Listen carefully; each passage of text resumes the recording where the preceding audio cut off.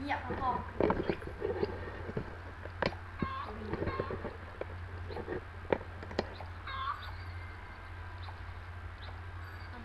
บ่สำคัญ ขอเสียงจากคนที่สำคัญ นี่เลยนี่มาวรรณคดีของเฮาฮอดโอทีของประเทศไทยบ่ถิวะว่าเฮาหรือบ่ เอา มื้ออื่นเป็นมื้อเซ็งแล้ว โยโย่เฮามือส่งปีหน้ามาเฮียนเฮาเก่าเด้อสันมห้า สะใจว่ะ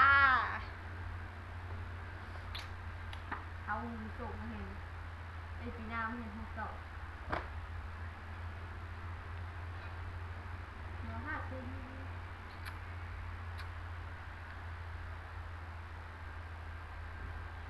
เขาแอปกิโลโน้ตนะปัญหามันคือแอปหน้าดับนี่อะเขาไม่เลยจ้ะ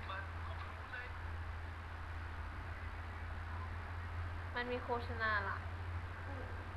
กิโลโน้ตแต่ว่าประสิทธิภาพของมันก็ดีกว่าไฟล์ของ Google มันยาวแล้วก็ถ้าหากว่าเราแตะเข้าไปพลาดแล้วมันสิให้เราชื่ออักษรโดยอัตโนมัติ อันนี้ถ้าเราถือโฆษณาให้ปัดออก แล้วก็เข้ามาแอปใหม่ กดอัน3 ขีดแล้วก็ปัดออกให้เข้ามาในแอปใหม่ แล้วมันก็สิโฆษณาหายไป ปัดสาเหตุที่ปัดในแอปออกแล้วเข้ามามันก็ได้